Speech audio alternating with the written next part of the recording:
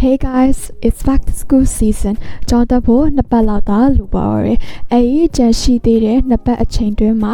အကြောင်းမတက်ခင်ဘာတွေလုပ်ရမလဲ၊ဘာတွေပြင်ဆင်ရမလဲဆိုတာကိုဒီရဲ့ဒီဗီဒီယိုမှာပြောပြသွားပါမယ်။ Hero debut ထဲမှာဆိုရင် physical ခန္ဓာကိုယ်ပိုင်းဆိုင်ရာ time management, routine အချိန်ဇယားနဲ့လုပ်ငန်းဆောင်တာတွေ mental စိတ်ပိုင်းဆိုင်ရာ cleaning up တန့်ရှင်းရေးပိုင်းနဲ့ education ပညာရေးနဲ့ပတ်သက်ပြီးတော့မှဆိုပြီးတော့မှ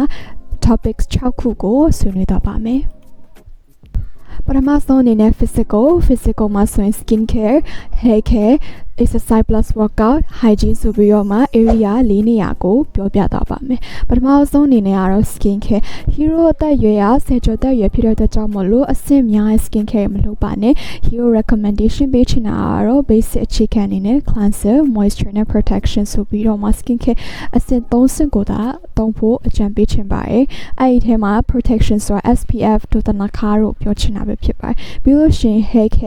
hair care ကကြတော့ဒီ hero တခြားအနေနဲ့တော့တိတ်ပြီးတော့မှတော့ထူးထူးပြောစရာတော့မရှိပေမဲ့စပင် style ကိုတော့အဓိကပြောချင်ပါတယ်။ကျောင်းရသည်ရောက်ပြီးဖြစ်တဲ့အတွက်ကြောင့်မလို့ကျောင်းနဲ့တဟဇာတာဖြစ်တဲ့စပင်ကြီးညှက်တဲ့အခါကြလို့ရှိရင်အရန်ထဲမှာ risk များရဲ့စပင်ပုံစံမှာရှည်တာကနေလုံးဝတူဝဲဟာကိုညှက်ပြီးမယ်ဆိုရင်ကျောင်းမတက်ခင်တစ်ပတ်အလိုဒါမှမဟုတ်လို့ရှင်လဲနှစ်ပတ်အလိုလောက်သူညှက်ထားပေးပါဒါမှနောင်တရစရာစပင်ကြီးတွေမထွက်လာမှာဖြစ်ပါတယ်တကယ်လို့ထွက်လာခဲ့ဆိုလို့ရှင်လဲအဲ့ဒါကိုပြန်ပြီးပြုပြင်ဖို့အတွက်အချိန်လေးတော့နည်းနည်းတော့ရသေးတာပေါ့ပြီးရင် exercise တို့တဲ့အချိန်မှာလဲအချိန်ကိုလုပ်တာထက်ကိုပြောင်းလဲခြင်းနဲ့ခန္ဓာကိုယ်အစိတ်ပိုင်းကို focus ထားပြီးလုပ်တာပိုကောင်းတယ် hero အရွယ်မှာဆိုလို့ရှိရင်အဓိက focus ထားရမယ်နေရာ9နေရာရှိပါတယ်အဲ့ဒါကခြေထောက်ပိုက်ခါလက်မောင်းနဲ့မျက်နှာအစီအဲ့ဒီထဲမှာအကုန်လုံးကိုတမ်းမလုပ်ပါနဲ့ဘာလို့လဲကြာမလုပ်နိုင်ဘူး consistent မလုပ်နိုင်ဘာလို့လဲဆိုတော့ overwhelm ဖြစ်သွားမယ် stress တွေဖြစ်အားတွေများသွားမယ်ဆိုတော့အဲ့9ခုထဲကိုအပြောင်းလဲခြင်းဆုံးခန္ဓာကိုယ်အစိတ်အပိုင်း3ခုကိုသာရွေးပါအဲ့3ခုနဲ့ပတ်သက်တဲ့လေ့ကျင့်ခန်းဗီဒီယိုလေးတွေကိုနေ့စဉ်မပြတ်မကွက်ဖေးနဲ့လုပ်ပေးပါဆိုတော့ hero channel အရာ recommendation ပေးမယ်ဆိုလို့ရှိရင် hero အခုလုပ်နေတဲ့ thank you ပူပူဆို channel လေးရှိပါတယ်အဲ့ဒီ Korea channel လေးက workout နဲ့ပတ်သက်လို့ရှိရင်တော့တော်တော်လေးကို effective လည်းဖြစ်တယ် result ကောင်းလေးလည်းနှစ်ပတ်လောက်လုပ်ကြည့်ရတယ်တိတတာတွေ့မြင်နိုင်ရတယ်ဆိုတော့လေ့ကျင့်ခန်းလုပ်တာပြင်အစားအသောက်ကိုလည်းဆင်ခြင်ရပါမယ်အစားအသောက်စားရဲ့ခါကြလို့ရှိရင်ဒီကိုဘိုက်ဆန်တလောက်စားရဆိုတာထက်ဘိုက်က100%ရှိရဆိုလို့ရှိရင်80%လောက်ကိုပဲစားပြီးကျန်တဲ့20%လောက်ကိုချန်ထားလိုက်ပါအဲ့ဒါမှဘိုက်မှာကိုယ့်ရဲ့အတွင်းကလေးစားရအစာချေဖြတ်ဖို့အတွက်ချေဖြတ်ရတာဖြတ်ဖို့ metabolism စနစ်ကလှုပ်ဆောင်တာပို့ပြီးတော့မှလွယ်ကူကူနဲ့ချေဖြတ်နိုင်မှာပဲဖြစ်ပါတယ်ပြီးလို့ရှိရင် hygiene တကိုယ်ရည်တန့်ရှင်းမှာဆိုရင် area 3နေရာပြောသွားမယ်အဲ့ဒါကြတော့ပထမဆုံးအနေနဲ့ giant net hero အရွယ်ကြတော့ surgery တက်အရွယ်ဖြစ်တဲ့အတွက်ကြောင့်မို့လို့ giant tree နဲ့အရန်ထွက်ပါတယ်အရန်လေးတော်တော်လေးနန်နေရွယ်ဆိုတော့အဲ့ဒီအချိန်မှာ roll on တို့ဟိုလို roll spray တို့သုံးနေမဲ့အစားကြောက်ချင်တို့ထုံးတို့ကိုသွေးလိမ့်တာထုံးရည်ကြီးတို့တုပ်လိမ့်တာကိုလုံးဝ recommendation ပေးချင်ပါတယ်သူကရိုးရနီးစနစ်လည်းဖြစ်ပြီးတော့မှလုံးဝ effective လည်းဖြစ်ပါတယ် giant ပြီးလို့ရှိရင်တွင်းနဲ့လည်းခယူးဆက်ရပါမယ်။တွင်းနဲ့မှာဆိုလို့ရှိရင်တစ်နေ့ကိုသွားကို2ချိန်တိုက်တာတော့ mouth wash တွေသုံးပေးတာတော့ပြီးခဲ့စားပေးရတော့ပြီးလို့ရှိရင်တွင်းအကောင်မချအောင်လို့ရေများများတောက်ပေးရတော့အဲ့ဒါဆိုလို့ရှိရင်တော့တွင်းနဲ့ဆိုထွက်တာတွေတွင်းသက်ရှင်ရေးပိုင်းဆိုင်ရာအတွက်ဆိုရင်တော့တော်တော်လေး secure ဖြစ်သွားပါပြီ။ပြီးလို့ရှိရင်ချွေးထွက်များရဲ့အရွယ်ဖြစ်တဲ့ကြောင့်မို့လို့ body lotion နဲ့ powder အဲ့ combination နှစ်ခုကတော့မဖြစ်မနေလင်ပေးရပါမယ်မပြင်းပါနဲ့ဆိုတော့ physical ပိုင်းပြီးသွားပြီဆိုရင်တော့ time management မှာပထမအဆုံးအနေနဲ့ balance visual schedule ဆိုတဲ့ဟာကိုပြောချင်ပါတယ် balance ညီမျှတဲ့ visual ကိုယ်တိုင်ကြည့်မြင်ရတဲ့ schedule တစ်ခုအချိန်ဇယားတစ်ခုကိုချမှတ်ရေးဆွဲပါအဲ့အချိန်ဇယားက visual ဖြစ်ရမယ်အပြင်မှာကိုဒီတိုင်းချဆွဲပြတော့ဒါမှမဟုတ်လို့ရှင်ဖုန်းတို့ laptop တို့မှာကိုအစီအစဉ်ဆွဲပြီးတော့မှ print out ထုတ်ပြီးတော့မှထားပါဖုန်းတို့ laptop ထဲမှာပဲမထားပါနဲ့ဘာလို့လဲဆိုအဲ့အချိန်ဇယားသူတို့ကိုကအဲ့ဒီ laptop တို့ဖုန်းတို့ application တွေကိုဖွင့်ကြည့်မှအချိန်ဇယားကိုမြင်ရတာဖြစ်တယ်ဆိုတော့မေးလွယ်တဲ့လူဆိုလို့ရှိရင်ကိုကဒီအချိန်မှာဒီဟာလုပ်မယ်လို့အချိန်ဇယားမှာသတ်မှတ်ထားပေမဲ့လည်းအချိန်ဇယားကိုမတွေ့ရတဲ့အတွက်ကြောင့်မလုပ်လိုက်တာဖြစ်မှာ ပြီးလို့ရှိရင်တကယ်လို့တင်ကအစိုးရစစ်ကြောင်းသားမဟုတ်ဘူးဆိုလို့ရှိရင်တော့တခြားအပြင်စိတ်ဝင်စားတဲ့တင်နန်းလေးတွေကိုကိုနိုင်တဲ့လောက်တက်ကြည့်ပါလေ့လာကြည့်ပါတကယ်လို့ကိုက G9 G12 လိုမျိုးအစိုးရစစ်ကြောင်းသားရေးဆိုလို့ရှိရင်တော့တခြားတင်နန်းလေးတွေကိုခဏနားထားလိုက်ပါအဲ့ဒါမှအစာဖက်ကိုပို့ပြီးအာရုံစိုက်လို့ရမှာပဲဖြစ်ပါတယ်ပြီးရင်ဒုတိယချက်အနေနဲ့ routine ဒီလုပ်ငန်းဆောင်တာပေါ့မနေ့အိယာထားပြီးလို့ရှိရင်ဘာလုပ်မလဲအိယာသိမ့်မယ်မျက်နှာလုပ်မယ် stretching နဲ့လုပ်မယ် breakfast စားမယ်ဖျားဝတ်ပြုမယ်ဒီလိုအစားရှိတဲ့ဖြစ်ပေါ့အဲ့ဒါမှကိုအိယာထားပြီးရင်တော့ကြောင်းကပြန်လာပြီးရင်ဘာလုပ်မယ်ဆိုတာကိုကြိုသိထားလို့ရှိရင်တော့တိတ်ပြီးတော့မှတော့ active လည်းမဖြစ်တော့ဘူးဖုန်းကောက်ကန်ပြီးတော့မှအချိန်နေ3-5နာရီလောက်ဖြုံးလိုက်တဲ့အချိန်မျိုးလည်းမရောက်တော့ပါဘူးအဲ့ဒါပြီးလို့ရှိရင်တော့ကြောင်းသားရဖြစ်တဲ့အတွက်ကြောင်းတက်လို့ရှိရင်အိယာစောထားရတယ်ညဆိုရင်လည်းအိယာစောဝင်ရတယ်အဲ့ဒါကိုကြောင်းဖွင့်တဲ့နေ့မှာလောက်တာထက်ကြောင်းမဖွင့်ခင်တစ်ပတ်တမမဟုတ်နှစ်ပတ်အလိုလောက်အိယာစောထားတာအိယာစောဝင်တာကိုလုပ်ကြည့်ပါအဲ့ဒါမှကြောင်းတက်တဲ့ချိန်ကြလို့ရှိရင်တိတ်ပြီးတော့မှဒီနေ့ကြောင်းစောထားနောက်နေ့ကြောင်းစောထားခြင်းစိတ်မရှိတော့အဲ့လိုမျိုးလေးတွေပြဿနာလေးမရှိမှဖြစ်ပါတယ်ပြီးရင်တနေ့စာတနေ့အပြီးတက်တဲ့အချင်းကိုလည်းမွေးမြူထားပါပြီးလို့ရှိရင် Sunday reset တနေ့ကိုနေ့တိုင်းစိတ်ပိုင်းဆိုင်ရာခန္ဓာကိုယ်ပိုင်းဆိုင်ရာတန်ရှည်ရေး reset ထားတဲ့ဒီ routine လေးကိုလည်းတိစောက်ထားပါအဲ့ဒါမှကိုကကောင်းကောင်းအနားယူပြီးတော့မှနောက်ရတတပတ်အသစ်အတွက်ကိုက mentally heal physically heal ဖြစ်ပြီးတော့မှ refresh ဖြစ်မှာပဲဖြစ်ပါတယ်ပြီးလို့ရှိရင်ကျောင်းတက်ကျောင်းသားတိုင်းအလုံးဝအဖြစ်ချင်ဆုံးအရာကတော့ drama free school life chill school life ကိုရချင်တာပဲဒါပေမဲ့အဲ့လိုရဖို့အတွက်အရင်ဆုံးကိုကသူများတွေကိုလက်ညှိုးမထိုးခင်ကိုအရင်ထိုးကြည့်ပါသူတို့ကပြဿနာကိုမဟုတ်ဘဲနဲ့ကိုကပြဿနာကိုဖြစ်နေရင်ကောတော့အဲ့ဒါကိုဖြည့်ရှင်းဖို့အတွက် hero က personality နဲ့ mental ဆိုပြီးနှစ်ပိုင်းခွဲထားပါတယ် personality ကကြတော့ကိုယ်နဲ့ဆိုင်တာပေါ့ဆိုတော့ဒီ personality ရဆိုလို့ရှိရင်အရင်ဆုံးကိုကဘယ်နေရာမှာပြဿနာအိုးဖြစ်နေရလဲဘလို့အကျင့်ဆိုရရှိလဲဆိုတာကို shadow work journaling နဲ့ရှာကြည့်ပါဒီ shadow work ကကြတော့ journaling ရေးရနဲ့အတူတူပဲဒါပေမဲ့သူ့ရဲ့ကွဲပြားချက်ထူးခြားချက်တစ်ခုကကြတော့ journaling ကကြတော့အပေါ်ရန်ပိုင်းမဲ့သွားပြီးတော့မှ shadow work ကကြတော့ကိုယ့်ရဲ့ဒီ negativeမကောင်းတဲ့ဖက်ချမ်းကိုစူးစမ်းရှာဖွေလေ့လာတာပဲဖြစ်ပါတယ်ပြီးလို့ရှိရင်တော့ religion ဘာသာတရားနဲ့ထိတွေ့ပါကိုယုံကြည်ကိုးကွယ်ရာဘာသာနဲ့ဝတ်ပြုတာတို့ဖျားဆုတောင်းတာတို့ဖျားရှုခိုးတာတို့ကိုလုပ်ပေးပါအဲ့ဒါမှကိုယ့်ရဲ့စိတ်ကိုငြိမ်စေမှာပဲဖြစ်ပါတယ် hero ရွယ်မှာဆိုရင်ဘာသာတရားနဲ့နည်းနည်းလေးတော့accept ဖို့ကကြတော့တမျိုးလေးတော့ဖြစ်နေပြီမဲ့စမ်းလုပ်ကြည့်ပါလို့လုံးဝ recommendation ပေးချင်ပါတယ်ပြီးလို့ရှိရင် podcast တွေကိုနားထောင်ပေးပါ podcast နားထောင်တဲ့ချိန်မှာဆိုလို့ရှိရင်လေ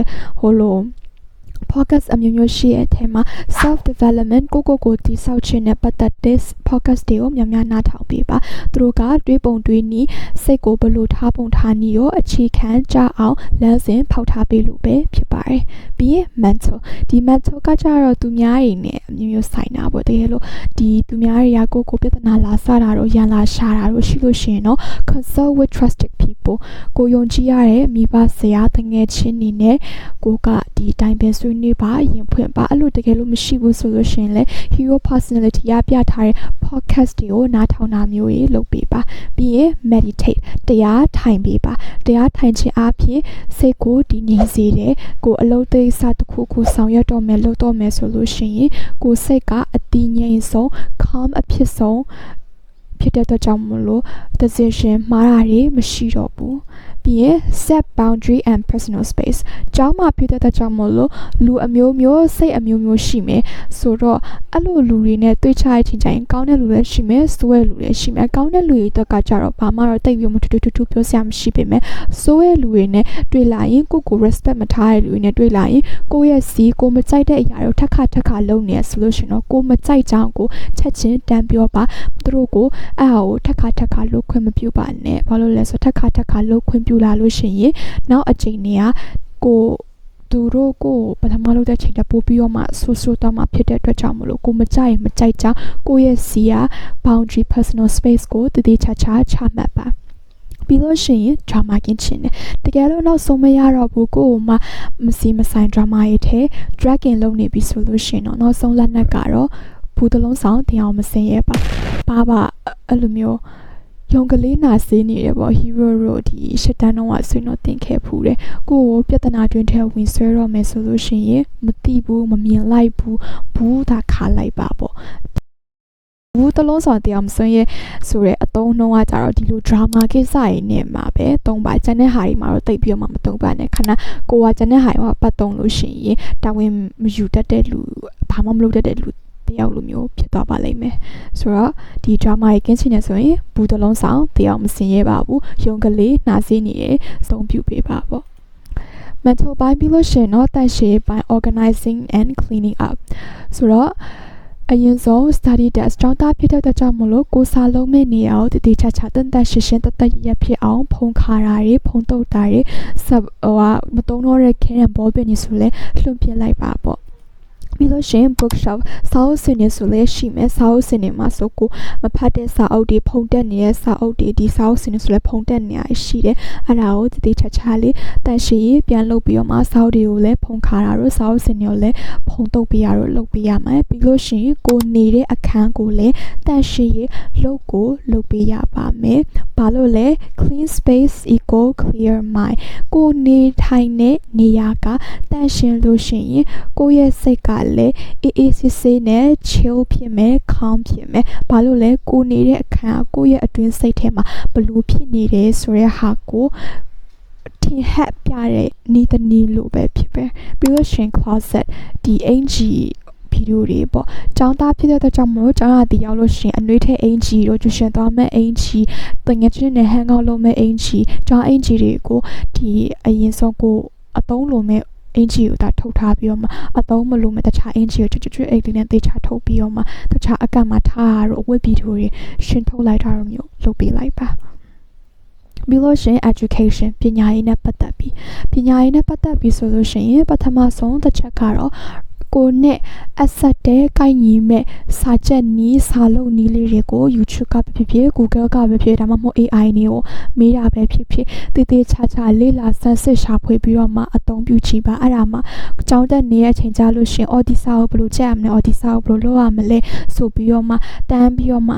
ရှာစရာမလိုမှပဲဖြစ်ပါတယ်ရှာပြီးလို့ရှင်လေအဲ့ဒီဟာတွေကိုအုံနောက်ထဲမှာပဲမသိမ်းထားပါနဲ့အလုပ်ကိစ္စလုပ်စရာများလာလို့ရှင်အဲ့ဒါရမိသွားရင်တခါပြန်ကြည့်နေရလို့ရှိရင်လေကိုပထမတစ်ခါကြည့်တာအလကားပဲဖြစ်သွားမှာမဟုတ်လို့ကိုအဲ့ဟာတွေကိုလေ့လာနေတဲ့အချိန်မှာစာရွက်တရွက်ဘေးမှာချထားပြီးမှတေချာလိုက်မှတ်ထားပြီးတော့မှနိုင်ရန်မှာကတ်ထားပေးပါမြန်မာစာဆိုဘယ်လိုစာလုပ်မလဲအင်္ဂလိပ်စာဆိုဘယ်လိုလုပ်မလဲသင်္ချာဆိုဘယ်လိုတက်မလဲဆိုပြီးတော့မှစသဖြင့်ပေါ့ပြီးလို့ရှိရင်တော့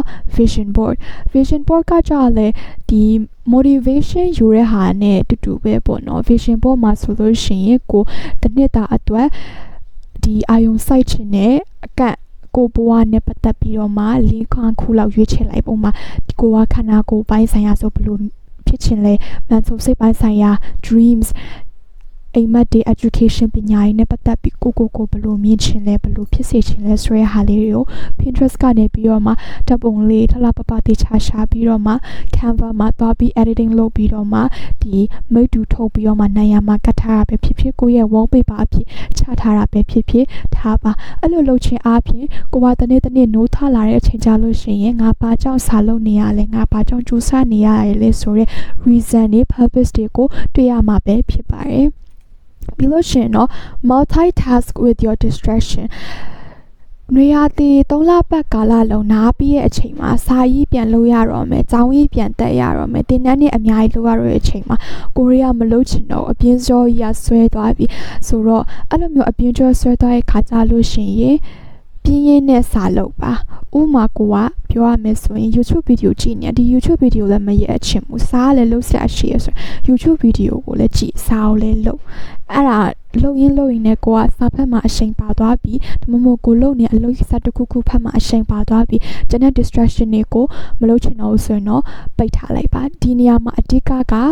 ဘာလို့ရမလဲဆိုတော့ဒီစဖို့အတွက်ပြဿနာကိုဖြေရှင်းဖို့ဆိုလို့ရှိရင်တော့ဘလို့နည်းနဲ့ပဲလောက multitask with your distraction ပဲပေါ့နော်ဒါတော့နောက်ဆုံးလက်နက်ပေါ့ပြီးလို့ရှိရင် new academic year မစခင်ကိုယ့်ရဲ့ဒီအရင်ကျောင်းနှစ်မှာ